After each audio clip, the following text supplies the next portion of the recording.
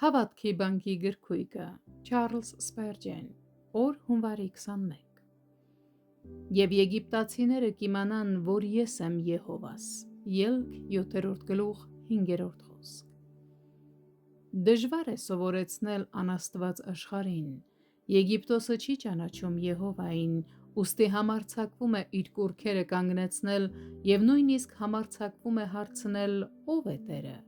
Սակայն Տերը մտադիր է կոտրել հպարտ սրտերը, անկախ նրանից նրանք դա ուզում են թե ոչ։ Երբ նրա դատաստանները որոտում են նրանց գլխավերևում, մթնում նրանց երկինքը, ոչնչացնում նրանց բերքը և սպանում նրանց որդիներին, նրանք սկսում են մի փոքր հասկանալ Եհովայի զորությունը։ Երկրի վրա դեռ կպատահեն բաներ, որոնք սկեպտիկներին ծնկի կբերեն։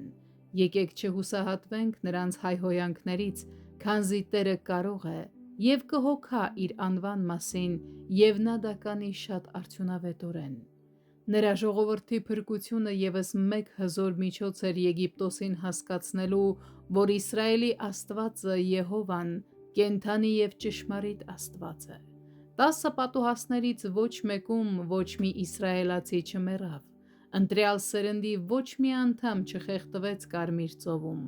Նմանապես ընտրյալների փրկությունը և բոլոր ճշմարիտ հավատացյալների անկեղծ փառաբանությունը